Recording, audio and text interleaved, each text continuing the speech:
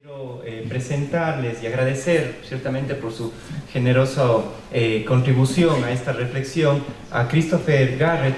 Eres candidato a PhD en Antropología por la Universidad de Texas en San Antonio, Estados Unidos. Ha realizado investigación de campo en la provincia de Napo, en la Amazonía ecuatoriana, desde el 2010, donde está haciendo su trabajo doctoral. Su investigación ha sido financiada por 2 becas Fulbright y una beca de la National Science Foundation en Estados Unidos. Actualmente está escribiendo su disertación doctoral, de hecho está terminando su proyecto doctoral, del cual está vinculado a esta presentación que nos trae esta tarde, trabajando en investigaciones en la provincia de Napo relacionados a la industria de la guayusa y su papel en la economía quichua amazónica, la transformación de la naturaleza en la Amazonía y la política intercultural. Creo que es un tema muy interesante, muy contemporáneo y creo que puede generar un debate, yo creo que siempre enriquecedor. Les dejo entonces con Chris y su presentación. Yo creo que ese micrófono está funcionando.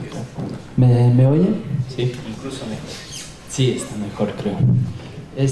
Muy buenas tardes con todas y todos. Para mí realmente es un placer compartir este espacio con ustedes y ser parte de esta serie de coloquios, ¿no? Y tengo que agradecer también al Dr. Hidrobo por haber organizado este encuentro el día de hoy.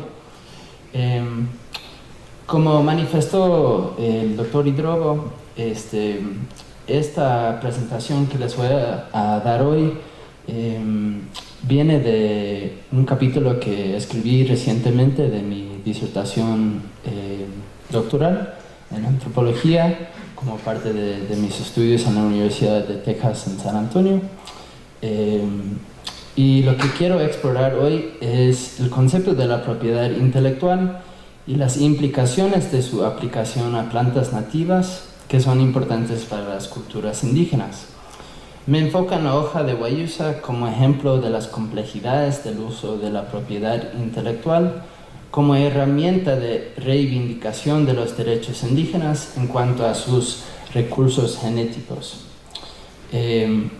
Empecé a trabajar en la provincia de Napo en 2010, entonces tengo como una larga trayectoria en la región, pero realmente empecé a trabajar en este proyecto en sí en el año 2013, entonces llevo más o menos 4 o 5 años investigando y pensando sobre estos temas. Aunque me enfocaría en los temas particulares relacionados a la propiedad intelectual y la guayusa, quiero empezar con unas preguntas más como generales que quiero que ustedes tomen en cuenta y que podamos tal vez vincular a los temas particulares que quiero tratar hoy. Entonces, la primera es esta cuestión de cómo afecta a las culturas indígenas la mercantilización de las plantas nativas, o en inglés commodification, como decimos. Y aquí pienso que vale reflexionar sobre Marx y el concepto de la enajenación y cómo la enajenación puede provocar, que puede ser provocada por la mercantilización, afecta al mundo indígena, pero al mismo tiempo considerar no solo el asunto desde una perspectiva crítica quizás de una tradición filosófica de afuera, sino también considerar las diversas perspectivas indígenas sobre la participación en el mercado y cómo evalúan ellos mismos las diferentes posibilidades económicas que existen en sus comunidades. Entonces eso es como el primer tema que quería plantear.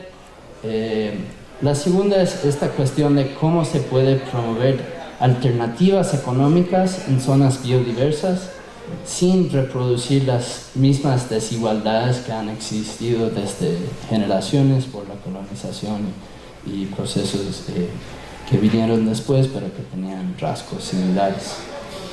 Y aquí se pregunta cómo se puede crear oportunidades económicas en la Amazonía y otras regiones biodiversas que no dependan del extractivismo, o sea, de la minería, la extracción de petróleo, de madera, y que tampoco reproduzcan las desigualdades que han existido durante tanto tiempo entre indígenas, campesinos y blanco-mestizos.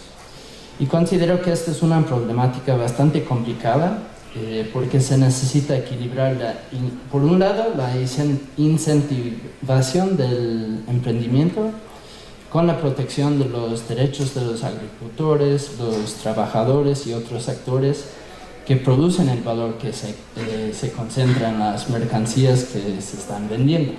Es decir, que por un lado de pronto promover proyectos de mercado y por otro lado lidiar de pronto con las consecuencias que conllevan estos procesos, ¿no? de apertura de mercados y creación de nuevas industrias.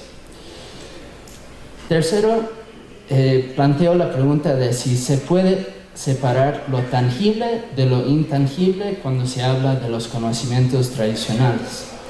Y este tema lo profundizaré un poquito más adelante, pero la idea aquí es en qué medida se puede separar, por un lado, el conocimiento indígena y por otro lado, la ecología y la socialidad interespecies que forman la base de la vida en las comunidades indígenas. O sea, en qué medida podemos concebir algo que se llama conocimiento que esté desvinculado del medio mismo en el que viven los pueblos indígenas. Y por último es la pregunta: ¿quién es dueño de la cultura?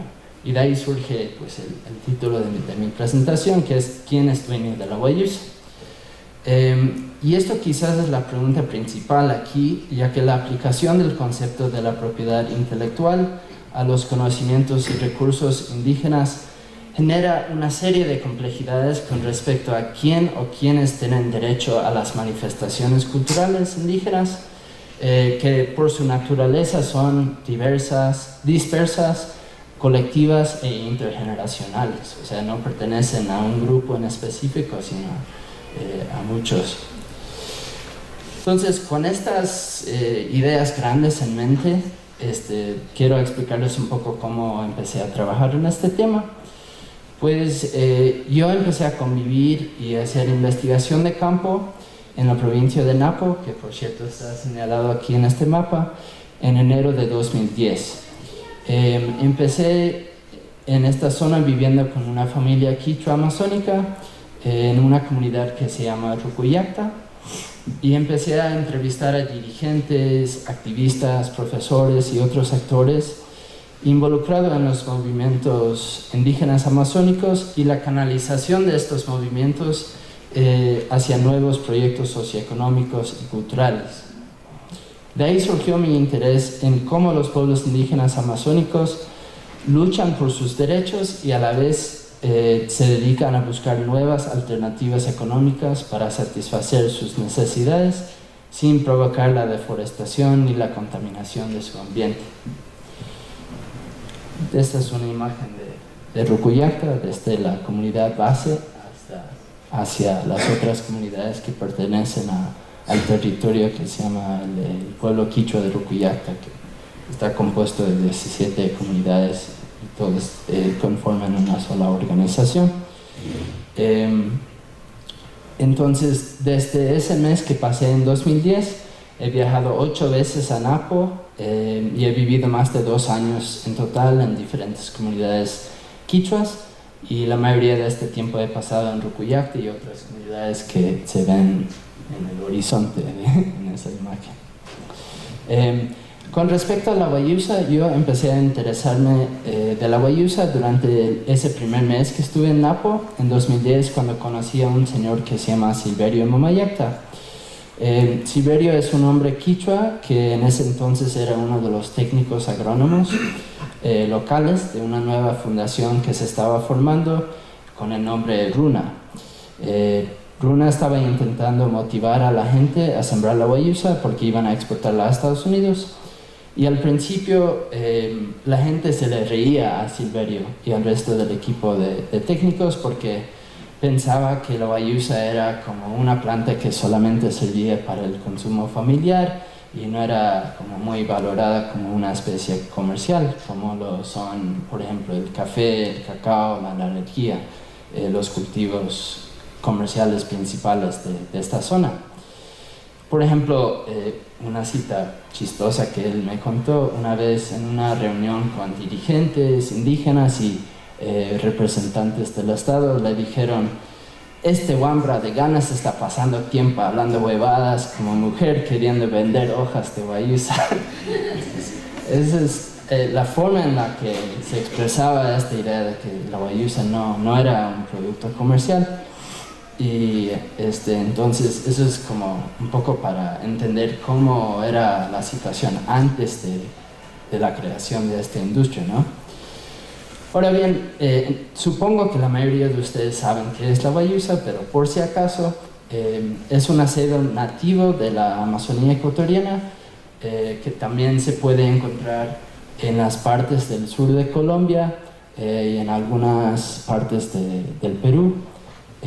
Y de hecho hay evidencia arqueológica de su existencia en algunas partes de Bolivia desde hace muchos siglos.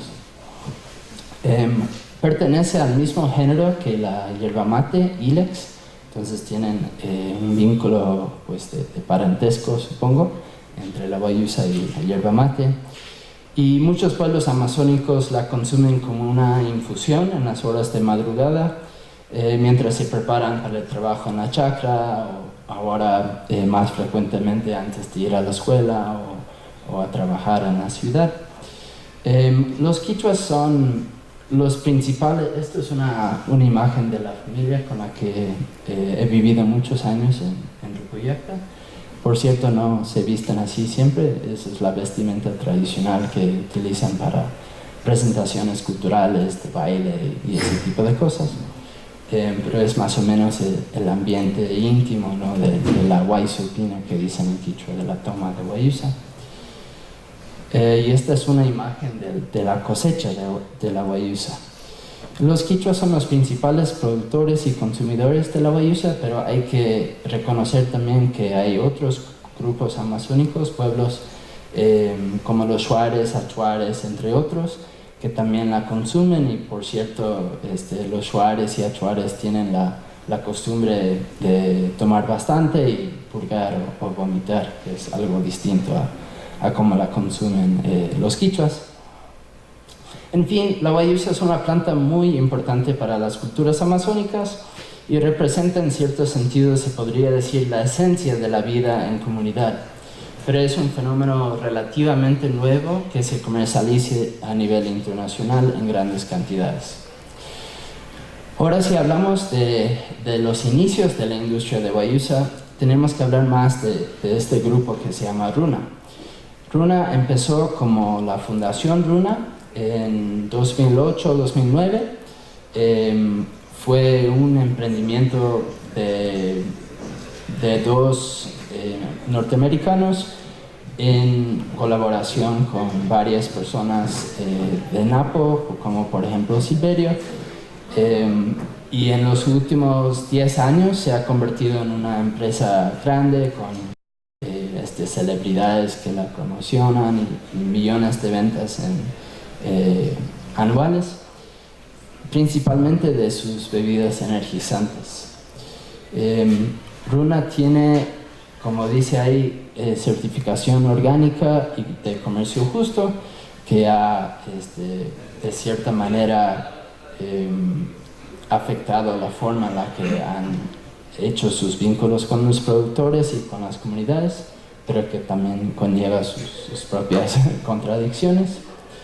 Tienen una fábrica sofisticada para procesar la hoja, donde secan las hojas, las trituran y empacan para exportar a Estados Unidos. También tienen un laboratorio donde hacen investigaciones de las condiciones climáticas que puedan afectar el sabor y ese tipo de cosas. Y los productos que tienen, que como dije ahorita, el principal es la bebida energizante, las exportan a Estados Unidos, Canadá, Europa, entre otros países. Al principio empezaron con las cajas de té y después con las bebidas de té, y ahora es más la bebida energizante es el producto principal en el mercado. Pero hay que reconocer que aunque Runa fue la primera empresa de Guayusa, ahora han surgido muchas otras empresas, como por ejemplo Huaycana, Hua, esta Iwia, Huajuco, no sé cómo se pronuncia, y hay muchas más también. Entonces, desde que se formó Runa y se creó esta nueva industria, miles de quichuas han sembrado la guayusa, generalmente entre media hectárea y 1 hectárea, o sea, parcelas medio pequeñas, y por lo general la gente quichua ha estado muy contenta de que exista esta nueva oportunidad económica. Entonces quiero señalar algunas de las evaluaciones positivas que existen de la industria. Por ejemplo, trae un ingreso adicional a las familias, tiene un precio estable, que por cierto viene de esta certificación de comercio justo que establece un precio mínimo. Es algo que se considera más o menos fácil de producir en comparación con otros cultivos como la naranjía, que hay que fumigar, por ejemplo, y cabe sin problemas dentro de las chacras familiares, donde también se producen cacao, otros cultivos comerciales, además de plantas medicinales, árboles maderables y otras especies útiles. Además, para muchos quichuas, no todos, pero muchos, es un orgullo ver que su guayusa esté, como me dijo una empleada quichua de Runa, en vitrina, y que sea una manera en la que el mundo conozca la cultura quichua y sepan, como dijo ella, que existimos, o sea, que existen como pueblo. Ahora bien, hay que reconocer si hay algunas personas quichuas que se oponen a la comercialización de esta planta en sí, basándose en la idea de que es una planta sagrada y que su mercantilización o su conversión en producto comercial de alguna manera le quita la intimidad al ritual de la toma de guayusa o la guayusopina. Sin embargo, de lo que yo he visto y observado y de toda mi investigación, pienso que la gran mayoría de los quichuas amazónicos están contentos de que exista esta industria, y lo que están buscando realmente es que siga creciendo más y que puedan vender más. Ahora bien, dicho eso, sin embargo, hay varias preocupaciones sobre la estructura de la industria y el nivel de participación y beneficios para los quichuas. Si bien es un nuevo cultivo que se puede vender, hay muchos que opinan que el precio está demasiado bajo. 35 centavos la libra es el precio de Runa, y algunas empresas compran un poquito más alto, 40-45 centavos. Además, por la falta de demanda suficiente, Runa no compra toda la producción de todos los guayuseros, todos los productores, y las otras empresas, como son pequeños, todavía no pueden absorber toda esta oferta que existe. Entonces hay mucha gente que ha sembrado pero no puede vender, ese es otro inconveniente. Y finalmente, mucha gente opina que debe haber más oportunidades para que los quichuas mismos tengan sus propias empresas de guayusa. Entonces, la mayoría de la gente quichua reconoce la contribución de Runa al ser los pioneros en crear una empresa de guayusa y básicamente como echar los cimientos para esta industria, pero sienten que esta compañía ha tenido demasiado poder, y un resultado de esta sensación de marginalización dentro de la industria es el tema que voy a explorar ahora, es de la propiedad intelectual. Entonces, ¿cómo se expresa este inconveniente de la propiedad intelectual? Algunos quichuas han expresado en entrevistas conmigo y en reuniones públicas la idea de que nosotros somos los dueños de la guayusa y que nos han robado la guayusa. Por ejemplo, durante una reunión que observé en septiembre de 2016, una dirigente de una asociación de productores de guayusa dijo lo que dice ahí: las compañías y los estudiantes están robando nuestro conocimiento ancestral, quieren patentar y obtener la denominación de origen para que la guayusa sea solo de ellos.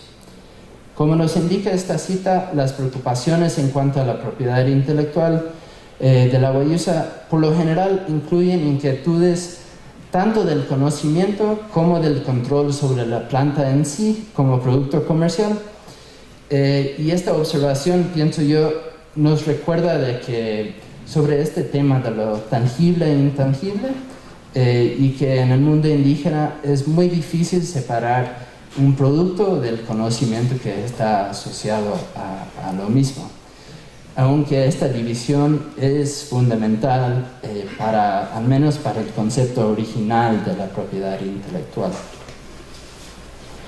Entonces, estas son como las ideas, cómo se articula el inconveniente con la propiedad intelectual, pero en mi investigación he visto tres problemáticas particulares con respecto a este tema.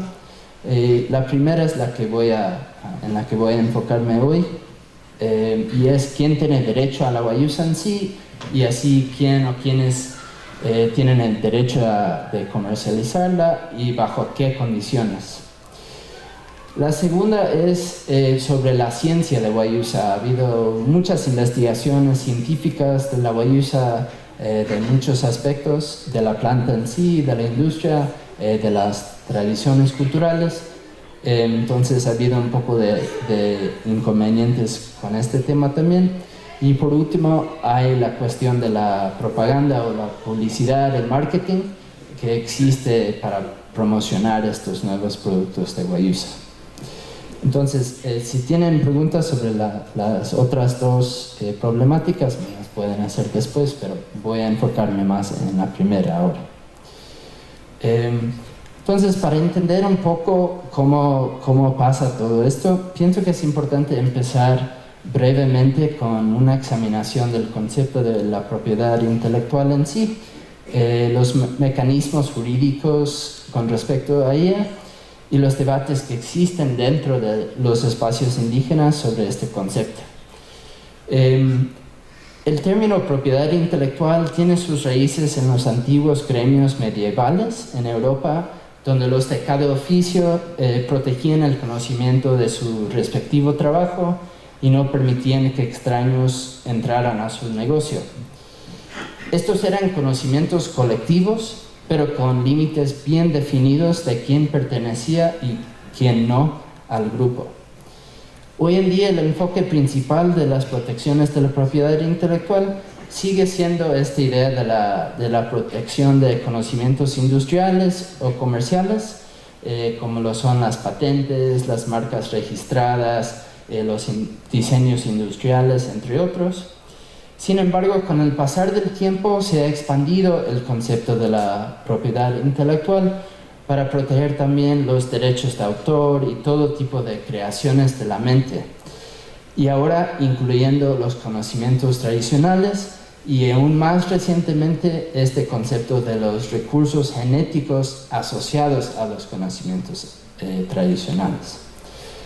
Entonces, filosóficamente hay dos razones principales que justifican la protección de la propiedad intelectual.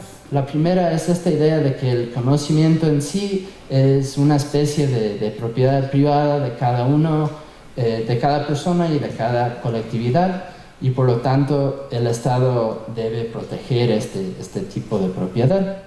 Y el segundo argumento es que al proteger estas creaciones de la mente y estos conocimientos como propiedad de sus creadores, se puede estimular la innovación por asegurar que los beneficios de tales creaciones sean destinados a sus creadores. Esto es básicamente la teoría detrás de los grandes acuerdos comerciales,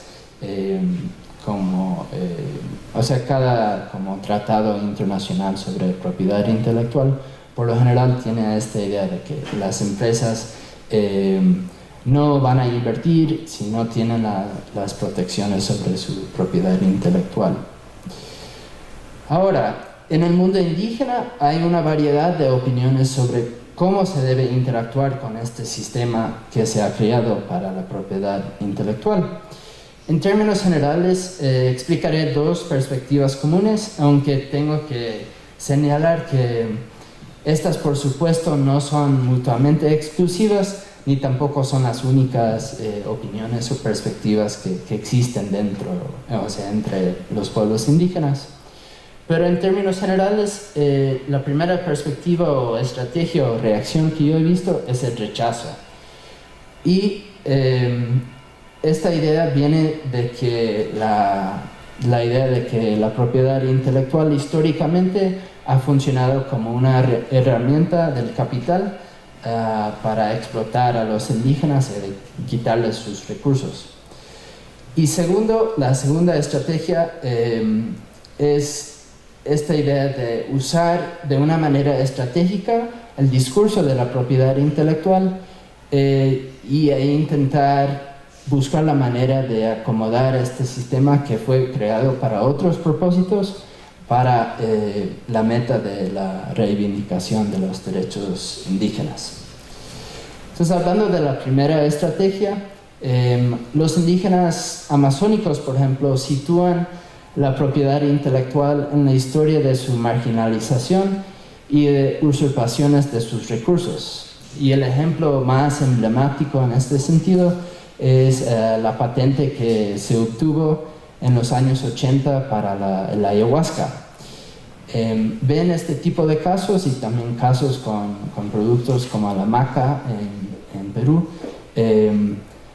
y consideran que este tipo de patrones significa que el sistema en sí no existe para proteger sus conocimientos y recursos, sino para legitimar la apropiación de estos por gente de afuera.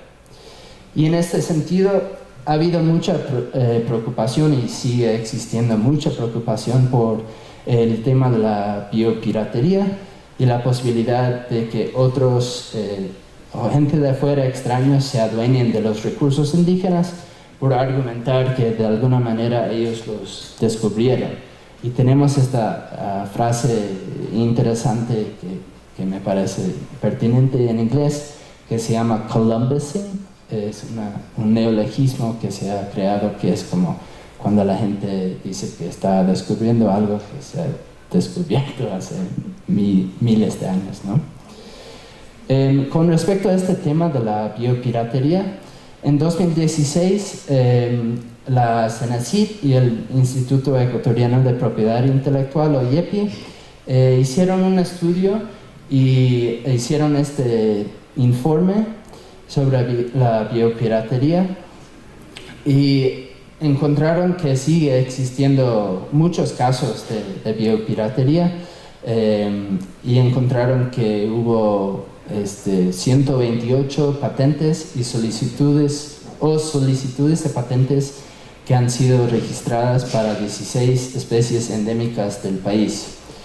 Entonces, hay que señalar aquí que el concepto de la biopiratería sí es una preocupación de los pueblos indígenas, pero también es algo que surge de la política del Estado y de la idea de que hay que proteger la soberanía del Estado mismo. Entonces, hay una relación medio compleja entre las prioridades de los pueblos indígenas y la estrategia política del Estado.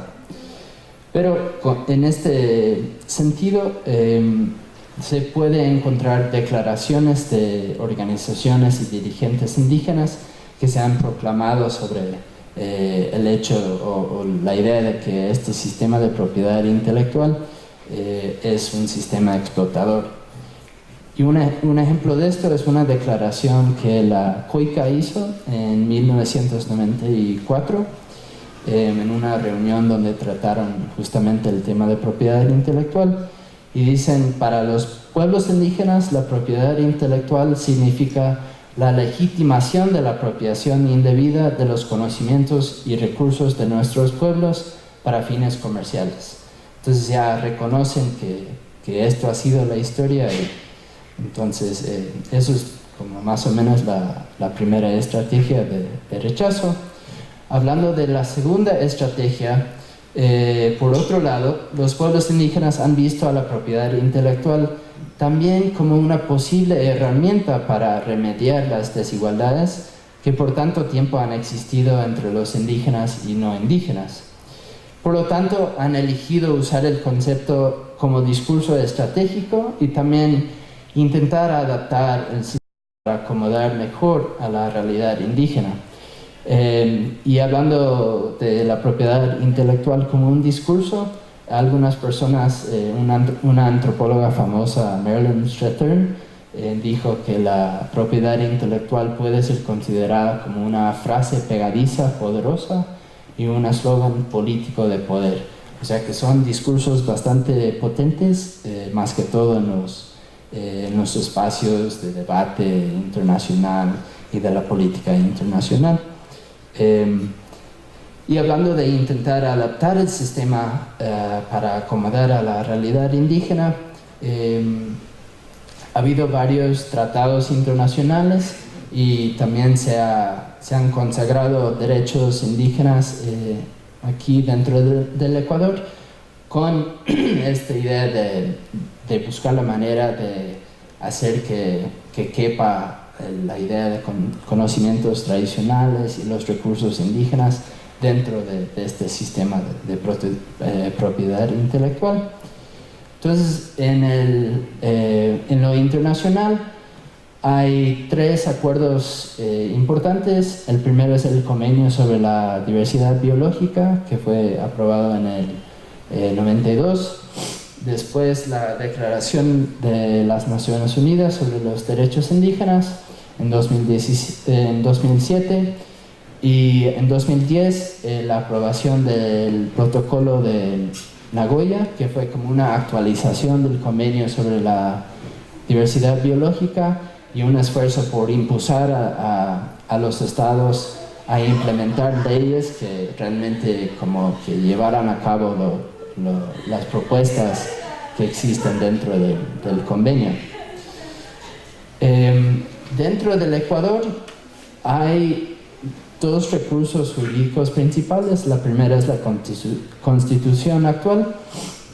Tiene varios artículos que protegen los derechos de los pueblos indígenas a sus conocimientos y recursos ancestrales, con esta idea de crear la sociedad del buen vivir, y también la Constitución establece las bases para la creación de legislación en cuanto a la propiedad intelectual.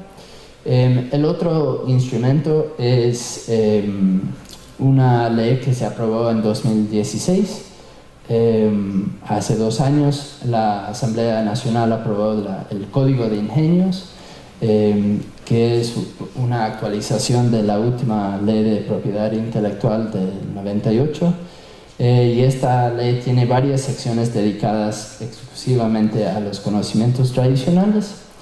El Código de Ingenios atribuye a los pueblos indígenas, afros y montubios una nueva designación de legítimos poseedores de los conocimientos tradicionales y requiere que cualquier persona o grupo que quiera hacer uso comercial de los conocimientos tradicionales o de los recursos genéticos asociados a los conocimientos tradicionales obtenga el consentimiento previo e informado de los legítimos poseedores correspondientes.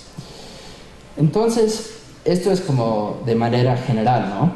Si hablamos de la Guayusa en específico, podemos apreciar que ambas estrategias se han empleado.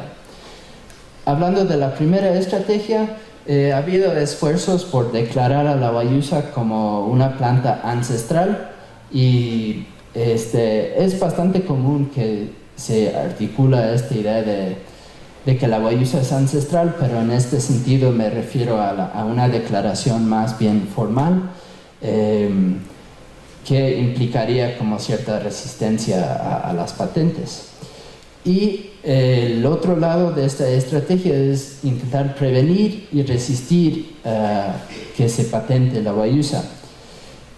Por ejemplo, en una asamblea de la Confiñay, en el mismo mes de la reunión que mencioné en Teltena, en septiembre de 2016, hicieron una declaración con esta idea de la Guayusa como ancestral y dijeron, la declaración es declarar patrimonio ancestral de las naciones indígenas de la Amazonía a la planta de guayusa, bebida verde, energizante de nuestros héroes y símbolo de la resistencia anticolonial. Durante la misma reunión en la Tena que mencioné, también hubo otra manifestación de un representante quichua del Ecoray, un señor César Grefa Avilés, que dijo: todos sabemos que nuestros abuelos tenían conocimientos de tomar guayusa y que los gringos vinieron y han tomado este conocimiento. Sabemos que nuestro conocimiento está de alguna manera patentada, pero podemos hacer algo.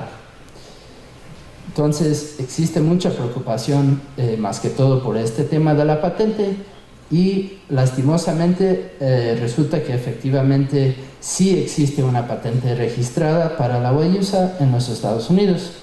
La patente es de una compañía de ingredientes de alimentos llamada Applied Food Sciences y se anunció el año pasado. Es una patente de proceso para un extracto particular que ellos crearon y no es una patente sobre la planta en sí.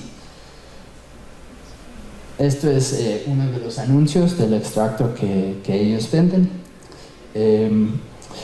Yo he intentado comunicarme con esta compañía, he intentado usar el hecho de que soy gringo también para que tal vez me digan algo, pero han sido muy cerrados.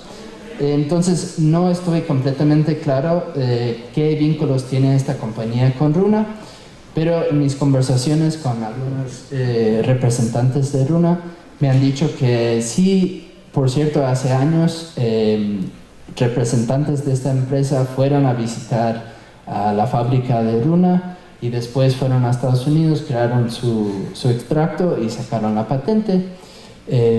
Y los gerentes actuales de Runa están muy en contra de esta patente. Entonces es algo interesante porque existe esta idea entre mucha gente en el Ecuador de que Runa ha patentado, pero de hecho ha sido otra empresa. Entonces todavía no se sabe qué mismo implica esta patente o cómo afectará a la industria, pero aún así el IEPI ha estado investigando mecanismos para que se anule o se revoque la patente, ya que el artículo 402 de la Constitución del Ecuador prohíbe el otorgamiento de derechos, incluidos los de propiedad intelectual, sobre productos derivados o sintetizados obtenidos a partir del conocimiento colectivo asociado a la biodiversidad nacional. Ahora, obviamente es complicado porque esto es la Constitución ecuatoriana y la patente existe en Estados Unidos, entonces no se sabe qué probabilidad hay de que IEPI tenga éxito en hacer que se revoque esta patente. Hablando de la segunda estrategia, esta se refiere a adaptar el sistema de propiedad intelectual para que funcione mejor para los conocimientos tradicionales y en este caso para obtener mayores beneficios para los quichuas dentro de la industria de guayusa. Ahora, en teoría, bajo el Código de Ingenios, sería posible registrar a la guayusa como recurso genético asociado a los conocimientos tradicionales y de esta manera obligar a Runa y otras empresas que están comercializando la guayusa a obtener el consentimiento de los legítimos poseedores y a operar bajo un acuerdo de reparto de beneficios. Y hay quienes opinan que esto podría ser una manera de asegurar mayor equidad en la industria. De hecho, IEPI tiene este formulario en su página web donde diferentes comunidades o organizaciones que se consideran legítimos poseedores de conocimientos tradicionales pueden justamente formalmente registrar sus conocimientos ancestrales, y también tiene pues un lugar donde puedes decir está asociado a un recurso genético. Entonces, esto es, supongo, una manera de registrar formalmente estos conocimientos o estos recursos, para que se protejan y para que exista el conocimiento general de que pertenece a esta categoría de propiedad intelectual. Y además, el Código de Ingenios tiene un artículo, el artículo 515, que es un mecanismo para que el Estado subrogue a los legítimos poseedores e intervenga a través de la CENESID para obtener fondos de las empresas que están comercializando la huellusa para el beneficio de los legítimos poseedores, en el caso de que ellos no ejerzan sus derechos por voluntad propia. Entonces, no necesariamente tienen que registrarse a través de este formulario u otro proceso para que el Estado pues, proteja estos conocimientos y pueda estar involucrado en la negociación de los acuerdos de reparto de beneficios. Bueno, esto es en la teoría, ¿no?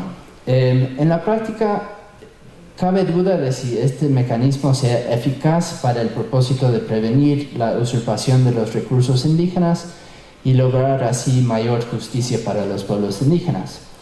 Entonces quiero señalar algunas como contradicciones o desafíos para esta estrategia. La primera es esta de que hay bastante ambigüedad sobre quiénes realmente serían los legítimos poseedores de la huellusa. Serían los quichuas, los shuares, todos los pueblos amazónicos, como como se articuló en la declaración de la CONFENIAI. Hay un mecanismo en la ley del Código de Ingenios para los conocimientos tradicionales compartidos entre diferentes grupos. Entonces, no necesariamente tendría que ser exclusivamente los quichuas o los shuares. Y además, hay un reconocimiento de que pueden existir conocimientos tradicionales en diferentes países, ¿no? Entre grupos transnacionales. Pero aún así es un verdadero reto incluir a todos los que podrían calificar debido a la fluidez misma de la cultura y el hecho de que los rangos de las plantas no coinciden perfectamente pues, con la geografía cultural.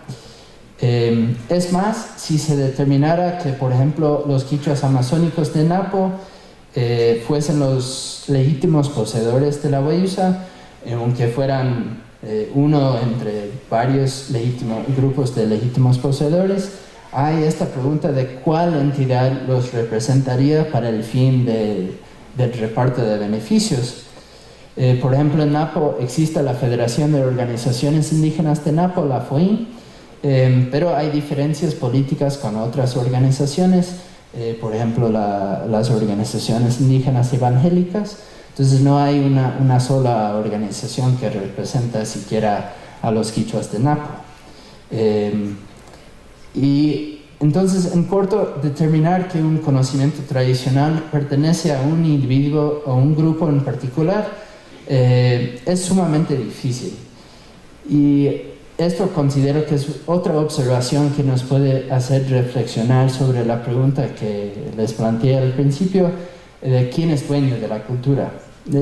No hay respuestas fáciles para esta problemática, ¿no?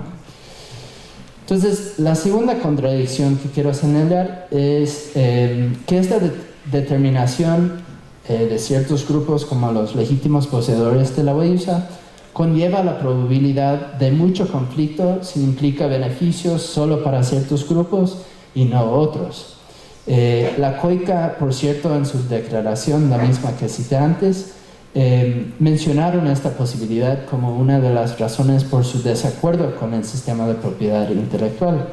En su declaración dijeron: es importante prevenir conflictos que pueden surgir entre comunidades de la transformación de la propiedad intelectual en un medio para dividir la unidad indígena.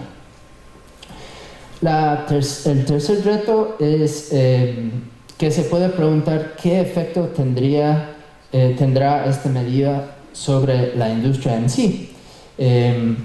Si consideramos que la comercialización de guayusa es una alternativa al extractivismo que se debe promocionar, existe o puede existir el riesgo de que la exigencia de reparto de beneficios, lo cual en la práctica serviría como una especie de impuesto, afectaría la capacidad de operar de estas empresas.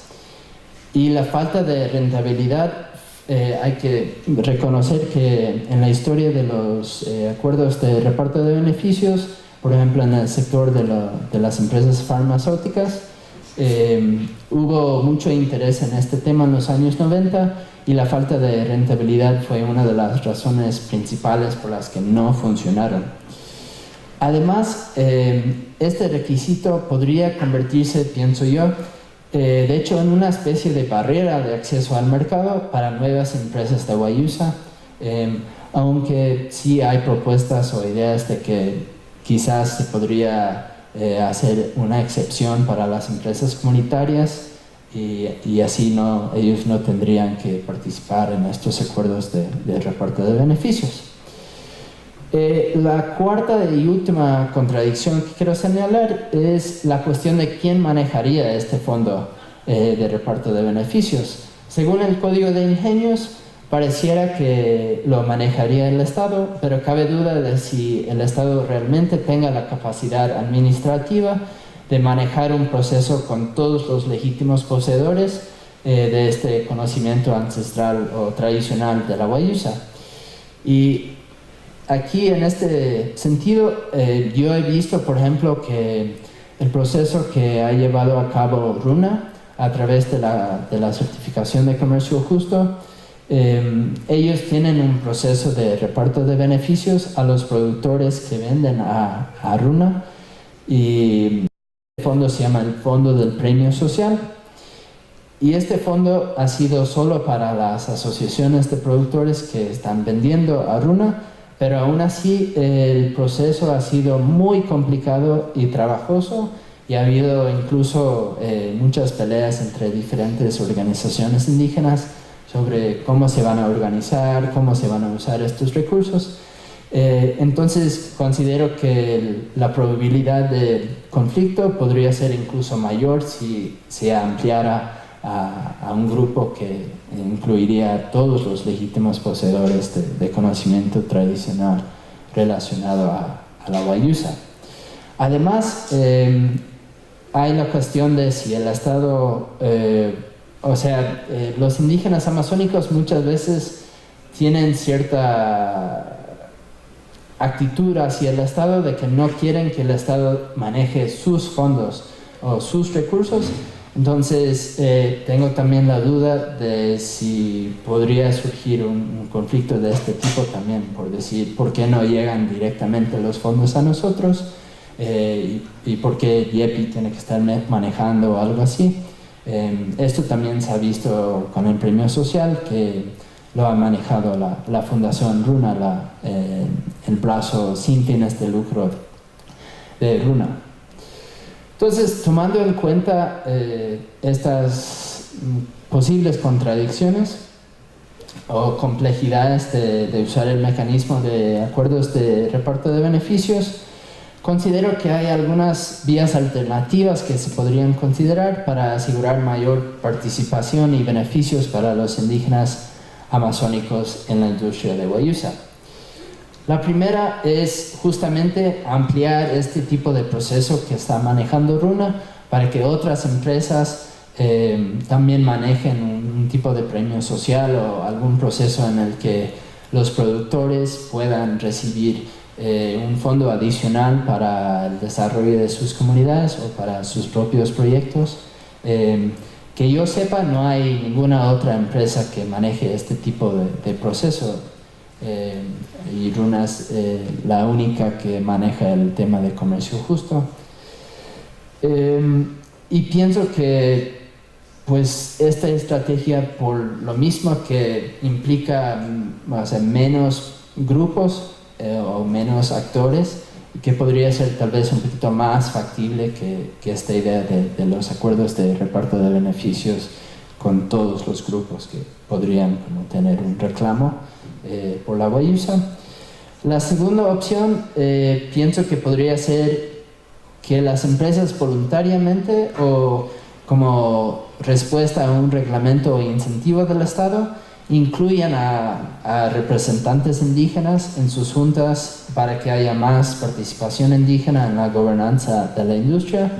De hecho, esto fue algo que se planteó al inicio de la historia de Runa, pero que después como que un poco se descartó como una parte de sus esfuerzos por trabajar con las comunidades, y ha habido un poco de críticas de eso. Una tercera opción sería crear regulaciones o incentivos que motiven a las empresas a comprar exclusivamente a los pequeños productores para evitar justamente la producción en plantaciones y maximizar la contribución directa a los productores indígenas. Hay algunos mecanismos de este tipo dentro del marco de la ley de la economía popular y solidaria, pero pienso que se podrían ampliar, y de hecho yo personalmente esto es una de mis mayores preocupaciones sobre el futuro de la industria, de que alguien tenga la idea de decir sería más fácil simplemente sembrar por hectáreas la guayusa como monocultivo y a intentar crear una industria con esa base. Hasta la fecha, afortunadamente nadie ha intentado hacer eso, y aunque el precio esté bajo y todo eso, los productores pequeños son los que están todavía vendiendo la materia prima.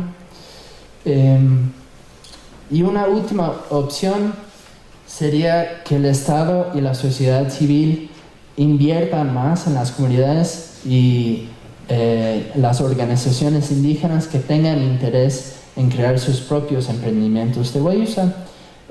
Varias instituciones públicas como el MIPRO y el IEPS ya están apoyando de esta manera, y poco a poco se están viendo más y más empresas comunitarias, pero necesitan mucha ayuda, más que todo con la vinculación con el mercado, con marketing y este tipo de aspectos del negocio. Considero que esta estrategia no solo aumenta o aumentaría la participación de los indígenas en la comercialización y la gobernanza de la cadena de valor, sino que también aumenta o aumentaría los beneficios para ellos, ya que esto implicaría pues una producción de valor agregado, ¿no? O sea, que tengan sus propias plantas procesadoras, que estén creando sus propios productos a la venta. Y sí hay algunas propuestas y algunos emprendimientos pequeños, más que todo de cooperativas existentes de cacao, como por ejemplo Cayari y Wiñac, que han agregado a la guayusa a sus portafolios. Y de hecho hay una pequeña empresa comunitaria que está intentando sacar una cerveza de guayusa. Entonces no sé cómo será eso, pero es otra propuesta, ¿no? Con respecto a esto de apoyar a las empresas comunitarias, pienso que debo señalar también que Runa ha estado participando en este proceso. Han financiado un proyecto en la comunidad de 24 de Mayo en la provincia de Orellana, donde han construido su propia planta procesadora, y Runa ha hecho una transferencia de tecnología de todos sus procesos de su planta procesadora a esta nueva planta que están manejando netamente los dirigentes indígenas de la Asociación de Productores de allá. Entonces es otra propuesta que surge pues, de la empresa misma, y pienso que hay mucho potencial para que se amplíen estas iniciativas, ¿no? Ahora, ya por fin las conclusiones.